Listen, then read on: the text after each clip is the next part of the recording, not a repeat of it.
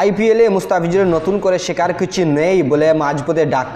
আইপিএলে খেলে বাংলাদেশের মুস্তাফিজুর রহমান শেখার কিছু নেই, এমনটাই মন্তব্য করেছেন দেশের ক্রিকেট বোর্ডের অপারেশন চেয়ারম্যান জালাল ইউনুস। আইপিএলের মাঝপথে মুস্তাফিজুর রহমান দেশে ফিরে যাবেন।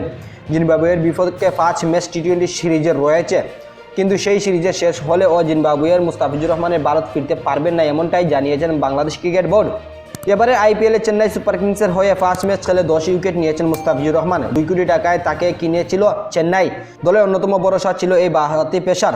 এমন একজন পেসারকেই 1 মে থেকে আর চেন্নাই পাবে না। দলের প্লে অফ উঠলেও খেলবেন না মুস্তাফিজুর রহমান।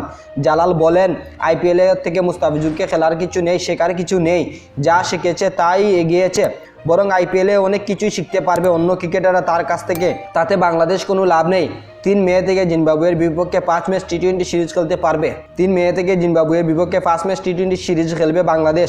শেষ ম্যাচে 12 মে। 2 জুন থেকে শুরু হবে টি-20 বিশ্বকাপ। মাঝের সময়টাতেই মুস্তাফিজুর রহমানের বিশ্রাম চায় বাংলাদেশ ক্রিকেট বোর্ড। জালান বলেন, মুস্তাফিজকে সুস্থ রাখাই আমাদের মূল লক্ষ্য। আইপিএল খেললে সেটা হয়তো হবে না। ওরা মুস্তাফিজুর থেকে সব কিছু বার করতে চাইবে। ওরা চোট লাগলো কি না লাগলো সেটা ভাববে না, আমাদের ভাবতে হবে। মুস্তাফিজুর রহমানকে দেশে ফিরিয়ে আনার মূল কারণই এটা, জিম্বাবুয়ের বিপক্ষে খেলানো নয়। ওকে বিশ্বকাপের আগেই বিশ্রাম দেওয়াটাই আমাদের লক্ষ্য। আইপিএলে সেটা হবে না, এমনটাই জানিয়েছেন জালাল ইউনুস।